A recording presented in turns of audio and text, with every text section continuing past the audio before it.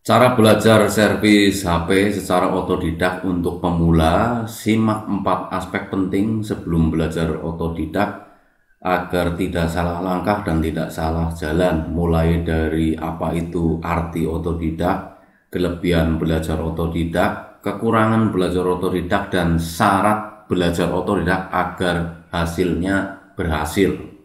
Aplikasi tutorial berisi tutorial mengenai otomotif, elektronik, komputer, dan berbagai jenis aplikasi lainnya. Jangan lupa klik like, share, komen, dan subscribe. Aktifkan lonceng notifikasinya. Simak dan tonton sampai habis. Selamat menyaksikan. Otodidak itu artinya apa? Otodidak adalah belajar mandiri tanpa guru atau pembimbing dengan harapan bisa mendapatkan pengetahuan empiris yang banyak dan tinggi dari hasil belajar, coba-coba, analisis, trial and error di berbagai perangkat HP. Itu yang dimaksud dengan cara belajar secara otodidak. Berikutnya, kelebihan belajar secara otodidak adalah belajarnya tentu bebas. Namanya otodidak, Anda belajar mandiri tanpa ada pembimbing, tanpa ada guru, belajar sendiri. Waktunya bebas, Anda bebas berkreativitas, Anda bebas belajar memilih waktunya kapan, dan sifatnya santai. Tidak ada tekanan, namanya baru belajar otodidak. Tapi kalau sudah menerima servisan, buka servisan, sudah punya konter, kalau bisa jangan coba-coba karena Anda sudah memberikan pelayanan ke customer atau konsumen yang menginginkan jasa servis HP dari Anda. Itu adalah kelebihan belajar secara otodidak. Kemudian kekurangan dari belajar otodidak itu apa? Kekurangannya adalah resikonya memang cukup tinggi. Namanya belajar coba-coba, yang namanya servis HP itu hubungannya sudah langsung dengan perangkat, dengan hardware. Kalau coba-coba sampai rusak, resikonya Anda harus ganti komponen, bahkan harus ganti modul. Lain jika Anda belajar tes potensi akademik, jika Anda mengalami kesalahan bisa dihapus, diulangi, diisi lagi, tidak masalah. Tapi belajar servis HP itu adalah belajar perangkat, belajar praktek, belajar langsung menghadapi hardware. Jadi di situ jika otodidak atau coba-coba, pertimbangan untuk high risk ini harus diperhatikan betul.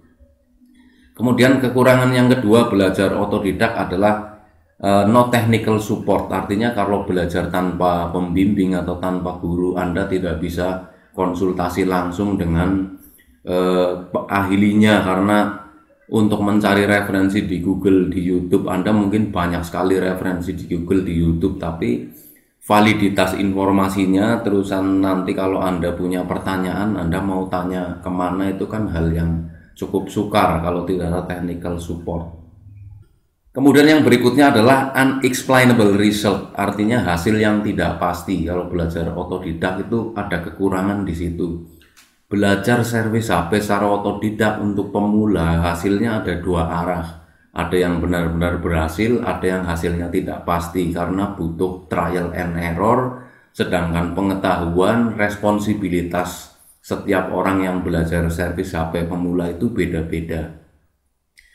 Dari hasil yang tidak pasti ini kadang membuat depresi dan bahkan trauma. Mau nyoba-nyoba belajar lagi trauma, karena kalau sering nyoba perangkat rusak harus ganti komponen diganti nggak jadi, akhirnya ganti modul. Maunya hemat tapi malah mengeluarkan banyak biaya. Kemudian yang berikutnya kekurangan servis HP otodidak adalah overtime atau waktu yang terlalu banyak.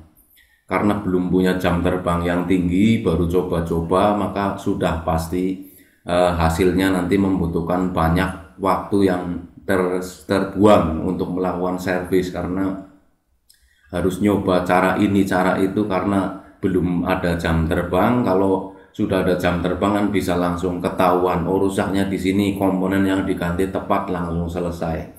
Jadi kalau ada tukang servis HP yang sangat cepat memperbaiki HP karena dia punya jam terbang dan pengalaman yang tinggi mengenai analisa kerusakan dari HP yang akan diperbaiki. Lain jika Anda belajar dari pemula, mulai dari otodidak, itu pasti butuh waktu dan kesabaran yang sangat tinggi.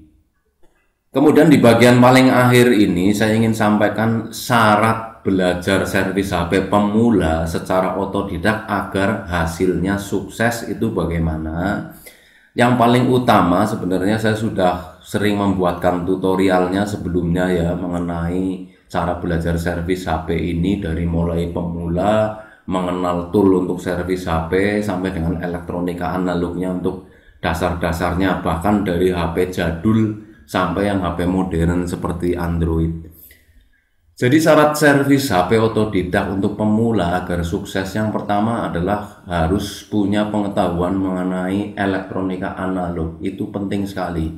Komponen-komponen dasar seperti resistor, transistor, IC, jumper, terusan germanium, itu semua harus sudah ada dulu dalam pengetahuan Anda. Jika Anda mau otodidak, tetap elektronika analog itu penting. Kemudian yang berikutnya Anda harus mengenal berbagai macam komponen inti pada handphone atau HP.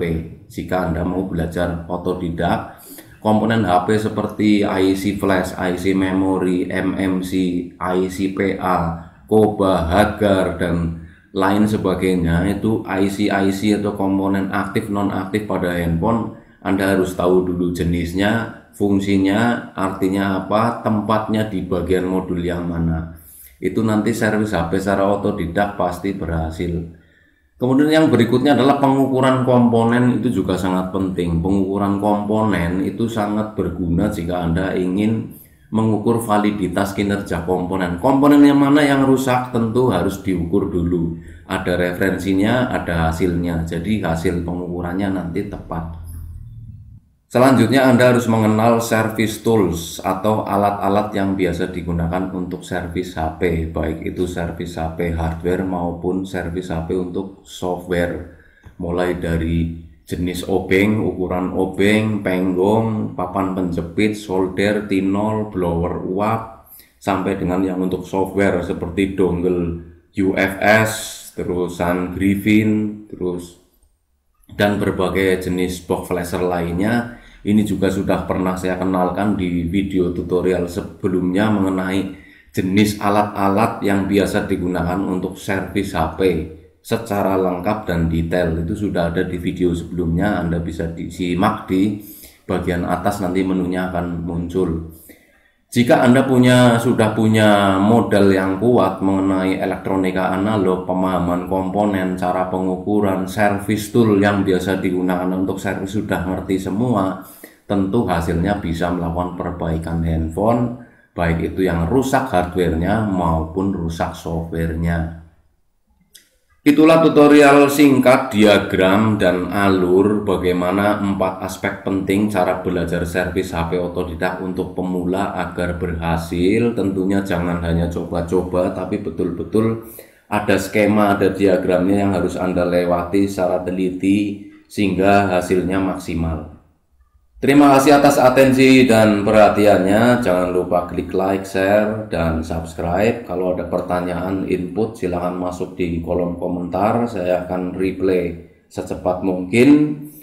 Terima kasih atas atensi dan perhatiannya. Selamat bekerja dan beraktivitas.